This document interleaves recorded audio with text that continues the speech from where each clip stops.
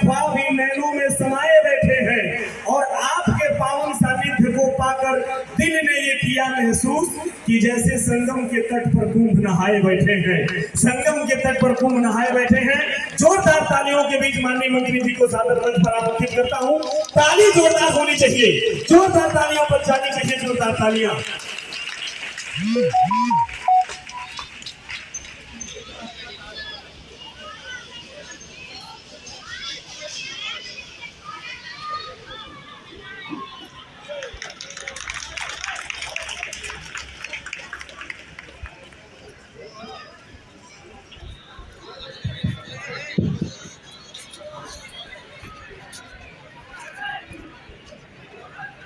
CMS international school के पहले वार्षिकोत्सव में उपस्थित हमारे जिले के, हमारे ननिहाल क्षेत्र के, मां सरजू के किनारे के सभी वासी, आप सबको मैं आपके पैरों में पड़ करके प्रणाम करता हूँ। यहाँ ज़्यादातर लोग जो आगे बैठे हुए हैं वो उनमें से कई लोग हमसे बहुत बड़े हैं। हमारे मामा जी बैठे हुए हैं यहाँ, उनको प्रणाम करता हूँ। माननीय गुलाब गुप्ता जी बैठे हैं जो नगर पंचायत के यहाँ कई बार अध्यक्ष रहे हैं। यूँ कह लीजिए कि दोहरी घाट की रूपरेखा बनाने वाले शिल्पियों में से वो एक है माननीय गुप्ता जी। हमारे जिला पंचायत के माननीय अध्यक्ष और हमारे बहुत ही अच्छे मित्र माननीय मनोज राय जी बैठे हुए हैं।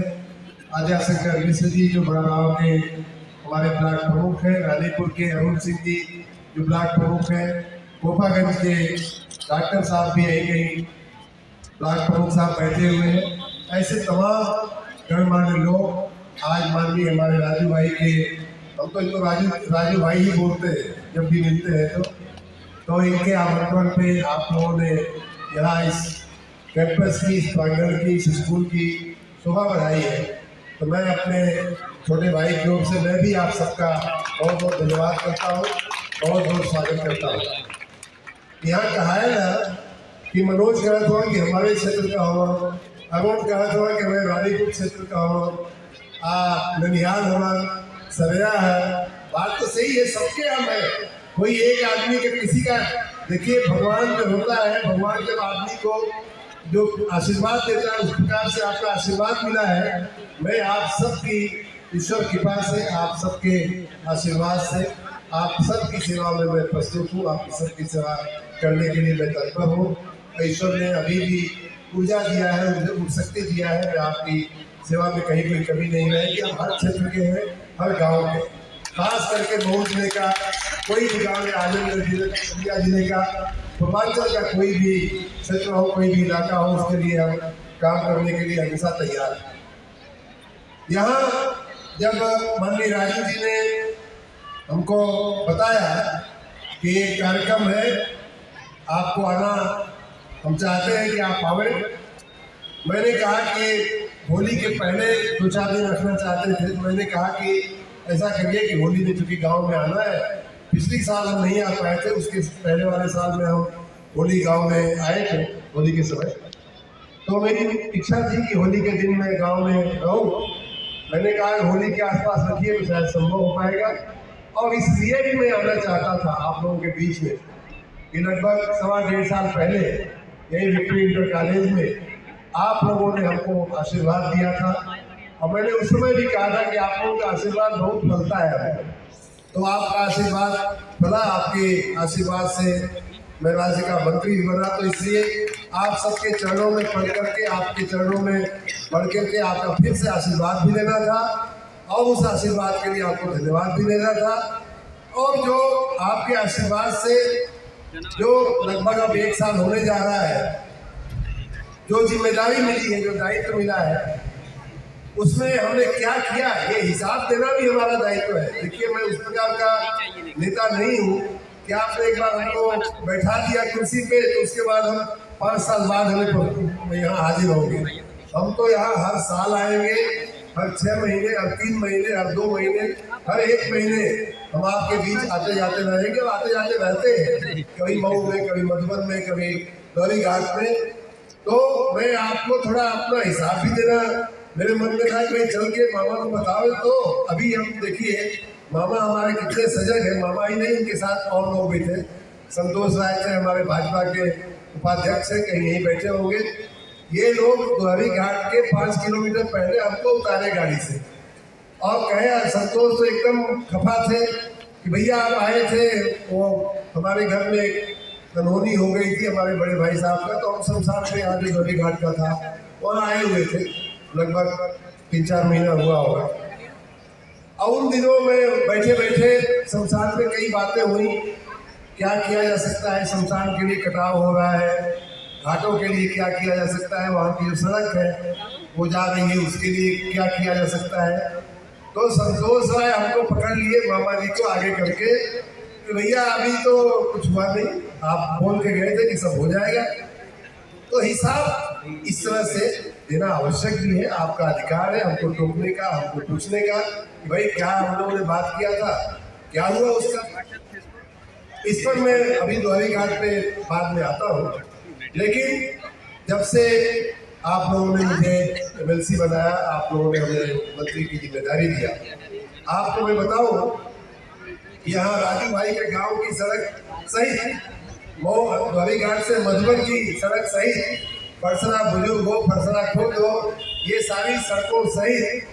कम से कम 200 सड़कों को हमने इस खाली 2 साल के अंदर, मंत्री बने तो अभी 1 साल भी नहीं हुआ, लेकिन इस 2 साल के अंदर कम से कम इस जिले की 200 सड़कों को हमने मरम्मत करवाया है, जिसमें कुछ तो एकदम आपके इर्द गिर्द की सड़कें। इस प्रकार मऊ का बस स्टेशन हो, मऊ से ट्रेन चलाने की बात हो, मऊ के अस्पताल में बहुत सारी कमियां थी, बहुत सारी आवश्यकताएं थी। जो सदर अस्पताल है, महिला अस्पताल है, अभी भी हम उसमें लगे हुए हैं, बहुत सारे काम किए गए हैं, बहुत सारे काम अभी करने शेष है, बाकी है।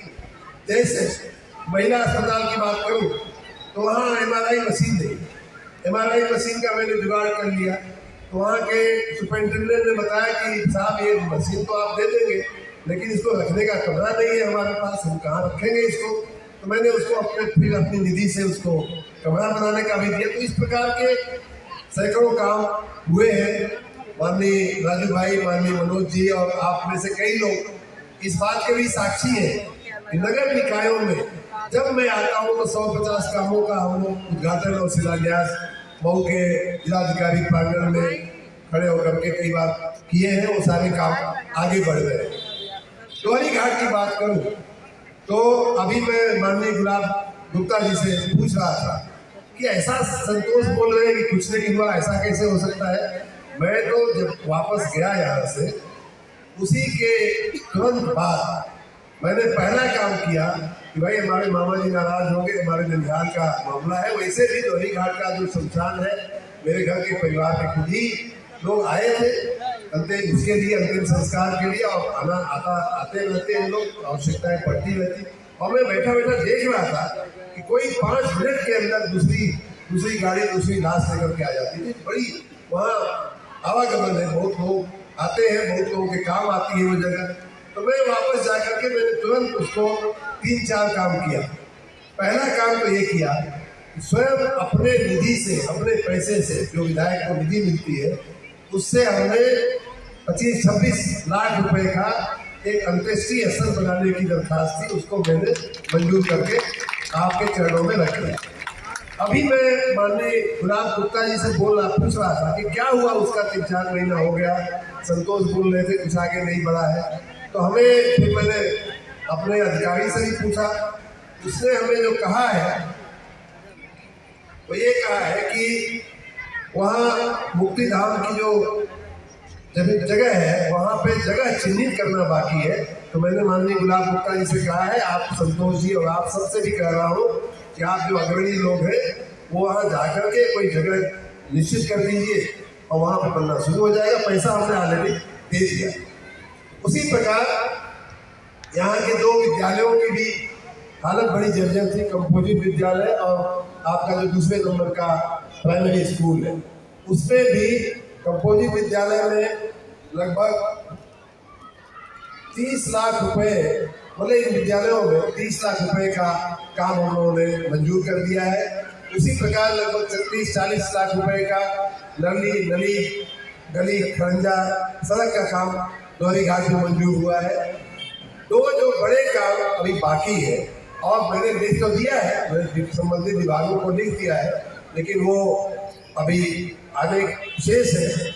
वो है एक जो सड़क है जो शमशान की अंतिम मुक्तिधाम स्थल की जो सड़क, मेन सड़क से अंदर तक जाती है, उसका सुधार, क्योंकि उसकी एक तो चौड़ाई बढ़ानी है, उसमें आगे जा करके काफ़ी खराब भी हो गई है, मैं देख रहा था।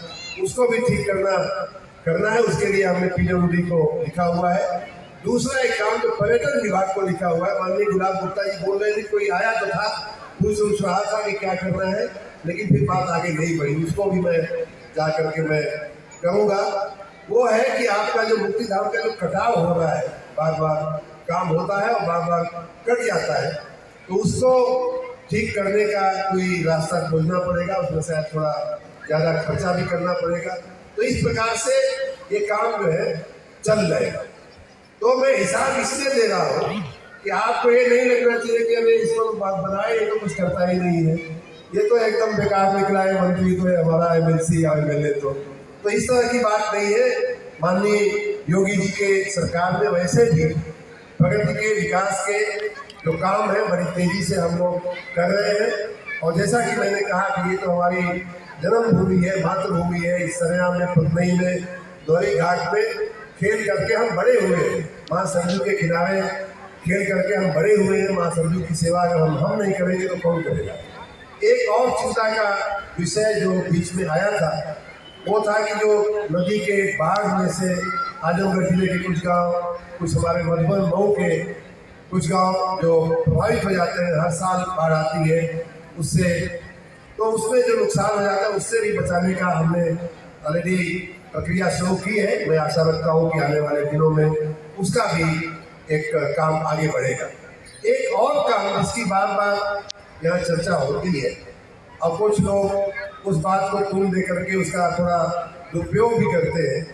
एक माननीय कल्पनाथ राय जी ने, आपको सबको मालूम है, हमको भी, मुझे भी इस बात का बड़ा गर्व है, बड़ी श्रद्धा है उनके प्रति, बहुत ही हमारा प्रेम, मेरी मुलाकात भी उनसे हुई थी जब वो दिल्ली में थे। हम गए थे इंटरव्यू देने, उन दिनों मैं पैर छूने गया था उनका। तो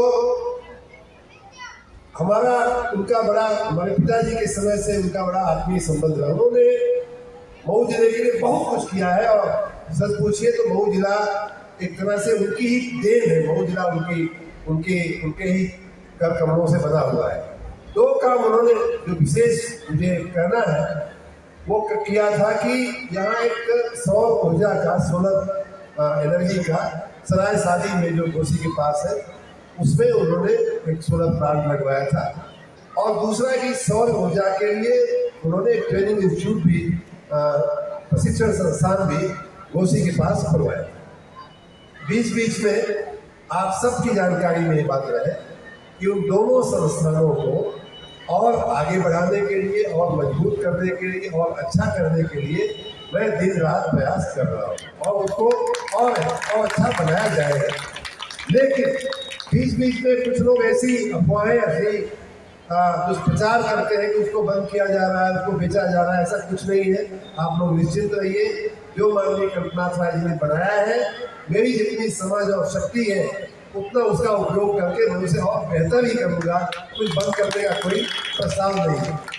तो मैं प्रशिक्षण केंद्र की बात कर लूँ तो प्रशिक्षण केंद्र बीच में आप जानते ही बंद पड़ गया था। माननीय कल्पनाथ राय जी नहीं रहे और उसके बाद कोई ध्यान नहीं दिया गया। उसको मैं फिर से पुनर्जीवित कर रहा हूँ।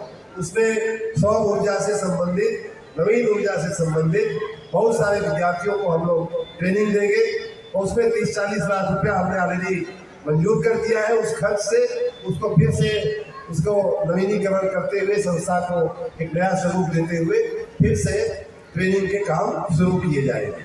उसी प्रकार जो सराय शादी का